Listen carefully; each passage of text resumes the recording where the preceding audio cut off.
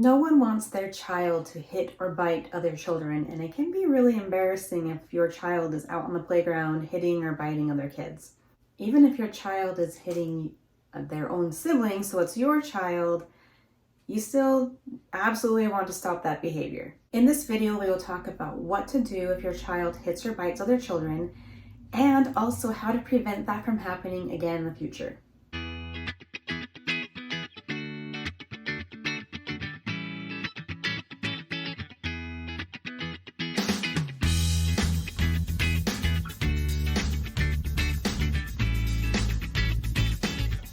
But first, hello, my name is Valerie. I blog at babywisemom.com and have been blogging there since the year 2007. And I absolutely love helping parents love parenting. I have 4 children of my own who currently range in age from 11 to 19 years old. When it comes to correcting kids, I'm a big fan of logical consequences. So first, let's talk about what a logical consequence is. A logical consequence is something that you institute that makes sense based on what was misused or abused by your child. So this is a response based on what your child's actions were. So what you want to do as a parent when you're trying to think of a logical consequence for something is to think about what was misused or abused and how do I go about addressing the situation with that information. When your child is hitting or biting other children, then your child is misusing their own body to essentially abuse other people. And they're able to do that through their free access to the other person. So for me, if a child is hitting or biting, the immediate first reaction is to remove that child from interacting with other children. I don't want my child hitting or biting any other child. And so I'm immediately going to remove the child from interacting so that they can't continue to hurt other people. There are other ways to provide some isolation. That might be just you hold your child in your lap for a while. That might mean that you send your child to their room for a while or some other location for a timeout or isolation situation. Now, how long they need to be in that isolation away from others would depend and should depend on the child's age and on the frequency of the offense. So for example, if you're at the park and your child hits or bites someone else, you might take them and have them sit on your lap for 10 minutes and then let them have another chance. But if they were to hit or bite again right then, in that same day, then I would say at that point, it's time to wrap up and go home. Or your child is sitting on your lap or right next to you on the ground until you go home that day. You also want to communicate to your child that the behavior was absolutely not okay. And clearly, your action of removing them from being able to play with others is communicating that wasn't okay, but you want to verbalize it also. So hopefully you have a phrase that you use when your child's doing something they should not do. For me, my phrase was, that's a no. If my child was hitting, I'd go up to my child and say, that's a no. We do not hit other people. And then I would explain the consequence. Because you chose to hit, now you're going to sit on my lap for 5 minutes. Or because you chose to hit, we now need to go home. Or because you chose to hit, you and your sister need to stop sibling playtime now. Whatever the length of consequence of isolation you want to use, it's really wise to use a timer. A timer is always a good idea when you are timing your child for something. They need to understand that the length of time is the length of time, and length of time is not dependent upon their throwing a fit. So if you say 5 minutes, but you just kind of like ambiguously track that in your mind, and your child's throwing a major fit the whole time, you might be more likely to do like 2 minutes and then let them go. Or even if you hold out that whole 5 minutes for sure, if there's no timer involved, your child might think like, that fit is what got me out of that, instead of realizing like the timer drives it. And for me personally, if my child was throwing a big fit when I was timing, like you need a break, I wouldn't start that timer until they were done with the fit. Because what I want them to accomplish is getting to a place where they're calm so that they can interact with others without hurting them.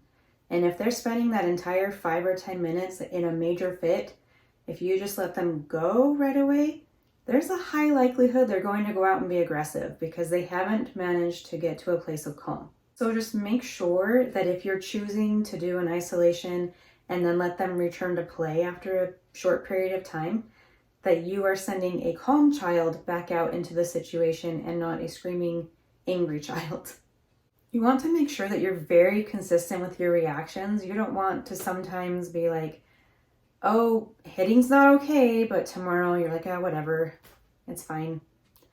And it can be exhausting. Being a parent's exhausting. But if you want your child to learn it's not okay, you have to be consistent. It's very unfair to the child if you let it go some days and don't other days. So that's how I respond immediately in that situation. But ideally, as a parent, we're working to prevent issues from happening again and again. And so here are some ideas for how to prevent this from becoming chronic and becoming something that happens often. One thing is to work to identify why your child is being aggressive. This will require you to be observant and to communicate with your child if they're at an age where they're able to communicate things and take in and notice patterns. So is your child hitting and biting when she doesn't get her way? Does she tend to always do it if she's skipping a nap at the time? Does she tend to do it if she's hungry? It's time for some food or a snack, but she hasn't had it yet. Does she tend to do it if she's trying to communicate something but just can't quite do it, and so she's frustrated? You really want to identify that why, because once you know the why, you can work to remove it. So let's say you notice that your child consistently or almost always or frequently hits other children if they are hungry. In that case, let's say you're at the park, your child hits another child. Then when you take them for that isolation, then during that isolation, you also make sure you give them a snack so that when you send them back out to the other children, they are less likely to be aggressive because now they've been fed. The hunger is gone. But even better than that reaction is that you bring snacks along, or you make sure you have fed your child well before you go to the park, or before you have your children play together. You are sure they're both recently fed, and that you aren't sending hungry children who tend to be hangry. Not all people are hangry when they're hungry. But there are people who get hangry when they're hungry. And so if you have a hangry child, then you want to make sure that they are not hungry when you are having them play with other kids. So you want to figure out the why, and take care of the why before it becomes a hitting and biting situation. Another important tool for parents when they're trying to prevent issues is what I call training in times of non-conflict. This means that you talk to your child and teach your child and train your child when it's not the heat of the moment. It's a time when everyone's just at home, we're all happy, things are normal, the child's not in trouble, the child hasn't just done something wrong, and you are teaching the appropriate ways to respond to situations and explaining what is not appropriate ways to respond. So in your non-conflict situation, you're going to explain to your child that hitting and biting isn't okay. And so you explain, it's not okay to hit someone when you are upset, when you are tired, when you are hungry, when you don't get your way, when they boss you around. Hitting is not an appropriate response. And then you do some ask and tell. So let's say that Susie comes up and hits you. Is it okay for you to hit her back? And then you wait for your child to respond. Or let's say you're feeling hungry and that makes you feel upset.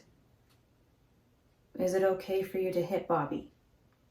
Or let's say that Nick is always telling you what to do and you're just tired of it, so you hit him. Is that okay? And you can take it further. Like, let's say Joe is always bossing and telling you what to do. What should be your response? So you're teaching your child what is okay, what isn't okay, and then having some interaction with your child so that you know that they understand and they know that you know they understand. That way in the situation, you're not like, does he even really know that he shouldn't hit? Does he really understand that that's not okay? Like, you want you and your child on the same page. And also your child in that moment knows, like, well, mom's not actually okay with it if I hit, so maybe I'll try something else instead. In this discussion, give your child ideas of what to do instead of hitting.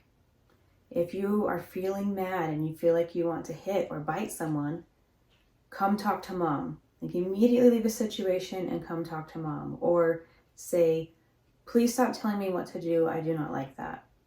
You know, give them some steps, give them some tools so that they have other things to turn to other than lashing out in their emotion.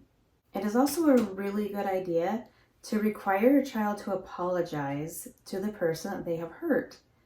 This helps them acknowledge verbally that, yes, I did something wrong. And it's not easy. I mean, some people have an easier time apologizing than others, but it's not easy to admit that you were wrong. And taking the time to apologize helps them to understand, like, yes, I did something that was wrong. And then that helps them in the future, like, wait, that was wrong. Like, I have said it's wrong. I have apologized for doing this. Maybe I shouldn't do it. So as you are working to understand your child's reason for hitting and biting, I have a list for you of common reasons that children hit and bite. Your child is far more likely to hit or bite if they are hungry, if they are tired. They're also far more likely to hit or bite if they are overstimulated.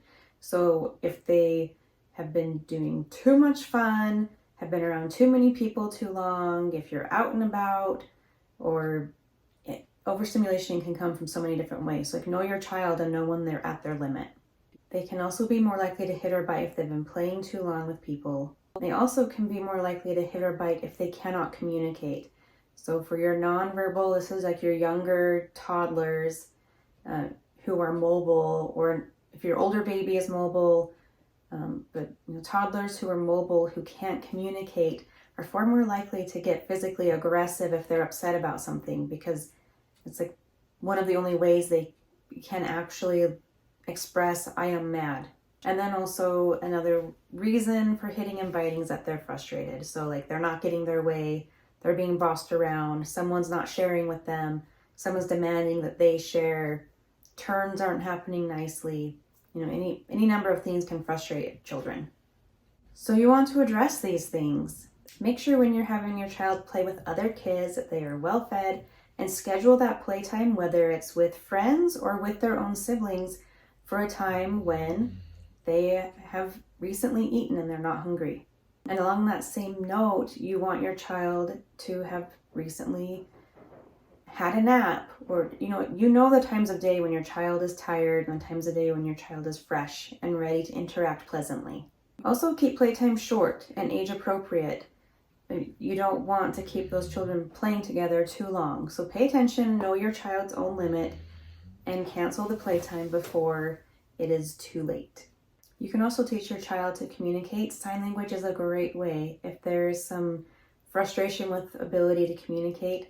And so teaching your child some sign language that can express, like, that they are frustrated, then you can even just keep an eye on your child when you're at the park, or teach your children as they're interacting. Like, if you have an older child interacting with a younger child and the younger child tends to hit, teach your older child, when your younger child signs this, that means that they are upset, and so come to me and let me know. And you also want to help teach your child to control anger. So again, like we talked about, like, teaching your child what to do instead of being physically aggressive. Teach them other options. Okay, that summarizes all of the things to do to respond when your child's physically aggressive, and also how to prevent it from being a thing in the future.